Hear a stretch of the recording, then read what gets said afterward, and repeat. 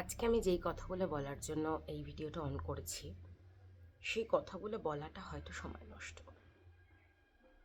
কিন্তু আমার মনে হলো আজকের এই সময় নষ্টটা করা প্রয়োজন, নিতান্ত প্রয়োজন। নইলে হয়তো আরও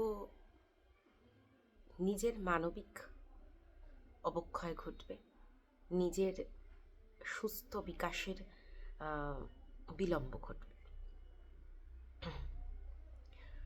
আমি খুব এই জিনিসটি লক্ষ্য করেছি যে আজকাল প্রচুর মানুষ, প্রচুর নয়,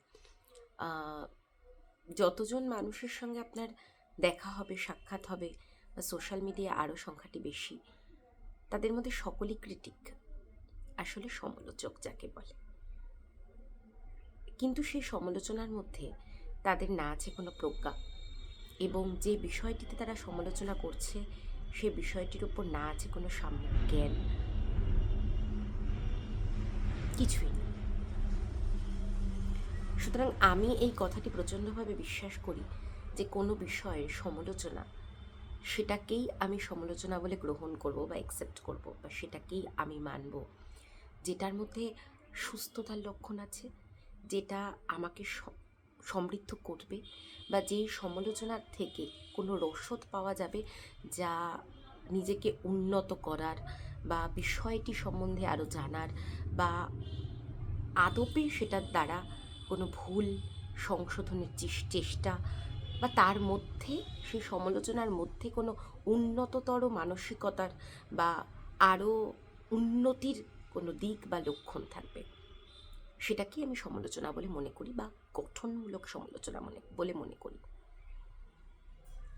বিশ্বাস করুন, এ ব্যতীত যে সমালোচনা কোনো কাজে আসে না, সেই সমালোচনাকে আমি সমালোচনা বলে মনে করতে দ্বিধাগ্রস্ততা বোধ করি, দ্বিধাগ্রস্ত হই, এবং সেই সমালোচনাকে ছুঁড়ে ফেলতে আমি বিন্দুমাত্র সময় নিই না। আমি বহুদিন ধরে আবৃত্তি বিষয়ের উপর কাজ করছি। এই কথাটি বলাও আমার মনে হয় অত্যন্ত ঔদ্ধত্যের পরিচয়। আমি শিখছি, আমি একজন শিক্ষানবিশ। প্রাথমিকভাবে আমি একজন মানুষ হতে চেষ্টা করছি, কারণ শিল্প নিয়ে কাজ করতে গেলে বা নিজেকে শিল্পী বলে যদি কোনো দিন বলতে পারি, সেই স্পর্ধা যদি আমার মধ্যে কোনো দিন আসে, তার আগে আমাকে একজন মানুষ হতে হবে প্রকৃত। তো আমি প্রথম মানুষ হওয়ার চেষ্টা করছি, আর দ্বিতীয়ত যেটা চেষ্টা করছি সেটা হচ্ছে আবৃত্তি বিষয়ে কিছু একটু শেখার। আমি একজন শিক্ষানবিশ, আমার নিজের গুরু আছে, আমি শিখছি এখন। তো সেখানে দাঁড়িয়ে আপনি যদি ভাষা মন্তব্য এরকম করেন যে ধরুন আমার একটি আবৃত্তির দল আছে, আপনি বললেন যে না না, ওখানে তো কিছুই হয় না। কি হয় ওখানে? কিচ্ছু হয় না। আপনি একটা কথা বললেন, তো এই কথাটার না দায় আমি নেব, না দায়িত্ব আমি নেব, না এই কথাটিতে আমি কর্ণপাত করব। কিন্তু আমি বলবো যে এই সমস্ত কথাগুলো বন্ধ হওয়া দরকার। কিছু হয় কি হয় না সেটা জানার জন্য আপনার কতটা জ্ঞান বা প্রজ্ঞা আছে, এইটুকুন আগে কিন্তু জানা দরকার। আমি জানি যে এই আবৃত্তি বিষয়, যে বিষয়টি নিয়ে আমরা লড়ছি, আমরা কাজ করছি, সেই বিষয়টি অন্যান্য সমস্ত শিল্পের থেকে এখনও অনেকটা পিছিয়ে দাঁড়িয়ে আছে। কারণ এই শিল্পে নিয়ে কাজ কম হয়, মানুষ খুব কম শোনেন। সেটা অবশ্যই আমাদেরই ত্রুটি, বা আমাদের আগের যারা কাজ করে গেছেন তারা সেইভাবে কাজ করে উঠতে পারেনি যতটা তাদের কাজ করা প্রয়োজন ছিল। কিন্তু বর্তমানে যারা আমাদের এখনও মানে জীবিত রয়েছেন এবং কাজ করে যাচ্ছেন, আমাদের গুরুরা, যারা, যাদেরকে দেখে আমরা প্রতিনিয়ত শিখছি, তারা আজ নিজেদের প্রচেষ্টায় আবৃত্তি শিল্পকে যে জায়গায় এনে দাঁড় করিয়েছে তা আমরা চোখের সামনে দেখছি, এবং আমরা সেই পথে হাঁটার চেষ্টা করছি, শুধু চেষ্টাটাই করে যাচ্ছি। সুতরাং এই যে হালকা কথা, যেই কথাগুলো কোনো, যেই কথাগুলো থেকে আপনি কিছু পাবেন না, ধরুন আপনি বলতে পারেন যে তমালি আবৃত্তি ক্লাসে তমালি উচ্চারণের বিষয়ে খুব বেশি জোর দেয়, কিন্তু সেইভাবে যে আরও বেশি প্রতিযোগিতামূলকভাবে আবৃত্তি শেখানো, যাতে স্টুডেন্টরা খুব বেশিভাবে প্রতিযোগিতায় গিয়ে বেশিভাবে পুরস্কৃত হতে পারে, সেই দিকটায় খুব একটা বেশি নজর দেয় না। ধরুন আপনি এরকম একটা কথা বললেন, তো আমি সেই কথাটা নিয়ে ভাববো যে আমার কি সেই বিষয়টি নিয়ে ভাবা উচিত, সেই দিকটায় আমার দর্শন দেওয়া উচিত, নাকি আমি আগে প্রাথমিকভাবে উচ্চারণ, আগে প্রাথমিকভাবে আবৃত্তি বিষয়টি কী সেগুলোই শেখাই। আমার প্রতিযোগিতা এখন আমি সেটা নিয়ে ভাবছি না, তাহলেও আমি সেই বিষয়টা নিয়ে ভাববো কিছুটা।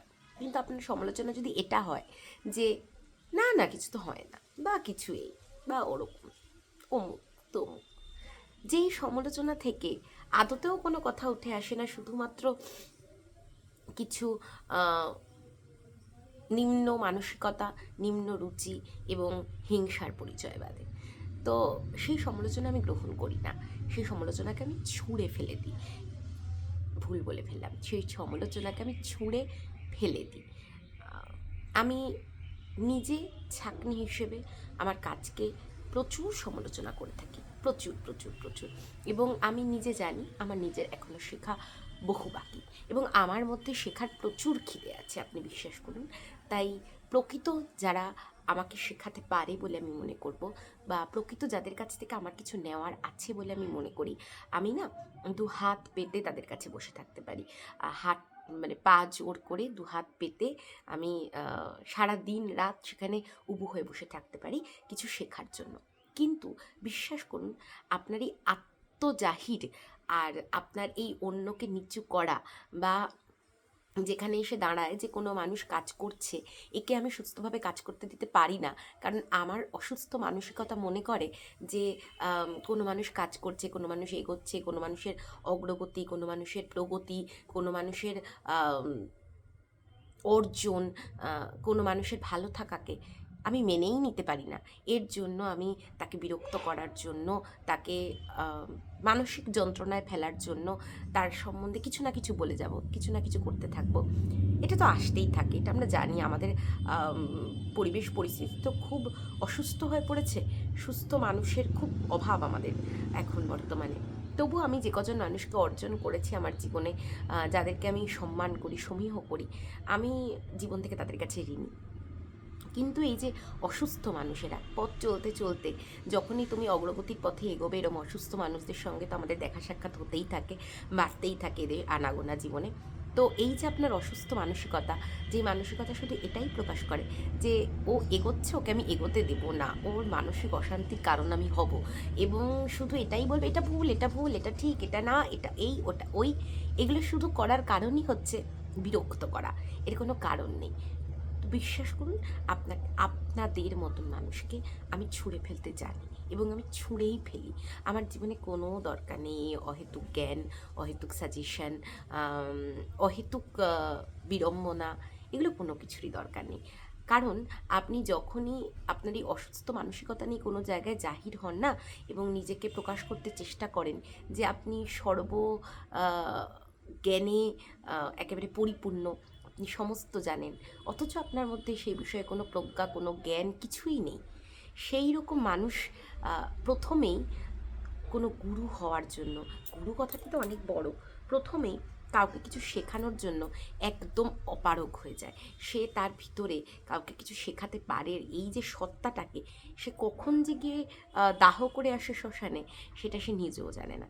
সুতরাং এমন মানুষের কাছ থেকে আমি কিছু শিখতে একদম একদম অনিচ্ছুক, এবং আমি প্রচণ্ডভাবে অপারগ। আমার কিচ্ছু যায় আসে না আপনাদের সমালোচনা, আপনাদের খারাপ বলা, ভালো বলা, হ্যাঁ যায় আসে। যেই সমালোচনা থেকে আমি কিছু শিখতে পারি, যেই সমালোচনা আমাকে সমৃদ্ধ করে, যেই সমালোচনাকে আমরা বলে থাকি গঠনমূলক সমালোচনা, অর্থাৎ যেই মানুষটা অপর প্রান্তে দাঁড়িয়ে আমার সমালোচনা করছে, সেই মানুষটা জীবনের অর্জনে, সেই মানুষটা জীবনের শিক্ষায়, সে মানুষটা পুঁথিগত শিক্ষায়, যে মানুষটা প্রজ্ঞায়, সে মানুষটা ব্যবহারে, সংস্কৃতিতে, শিল্পে, সমস্ত ক্ষেত্রে, বা সমস্ত ক্ষেত্রে না হলেও কোনো না কোনো একটি ক্ষেত্রে আমার থেকে অগ্রগণ্য, এবং সে মানুষটি মানুষ হিসেবে মানুষ, তার কাছ থেকে আমি দু হাত জড়ো করে, দু পায়ে উবু হয়ে বসে সারা জীবন নত মস্তিষ্কে শিক্ষা গ্রহণ করতে প্রস্তুত। কিন্তু আপনার এই বাতুলতা, আপনার এই কুশিক্ষা, যেটা আপনি সমালোচনা বলে চালাতে চাইছেন, বা আপনাদের মতন শ্রেণীর মানুষেরা সমালোচনা বলে চালাতে চাইছে শুধুমাত্র কারোর অগ্রগতি, কারোর প্রগতিকে পছন্দ করছেন না বলে, শুধুমাত্র কাউকে পিছন দিকে টেনে ধরতে চাইছেন বলে, সেই মানুষদের জন্য বলি যে কোনো না কোনো বিশ্বের আলোর বৃত্তে আপনাদের দেখা হোক নিজেদের সঙ্গে নিজেদের, কারণ আপনাদের নিজেদের ওপরই আলো পড়েনি। প্রভু তো আলোর আপনাদের দরকার, আপনারা অন্ধকারের মানুষ। সে আলোর বৃত্ত আমার না হোক, সে আলোর বৃত্ত ঈশ্বরের হোক, এই শুভকামনা আমি আপনাদের জন্য রাখি। নমস্কার।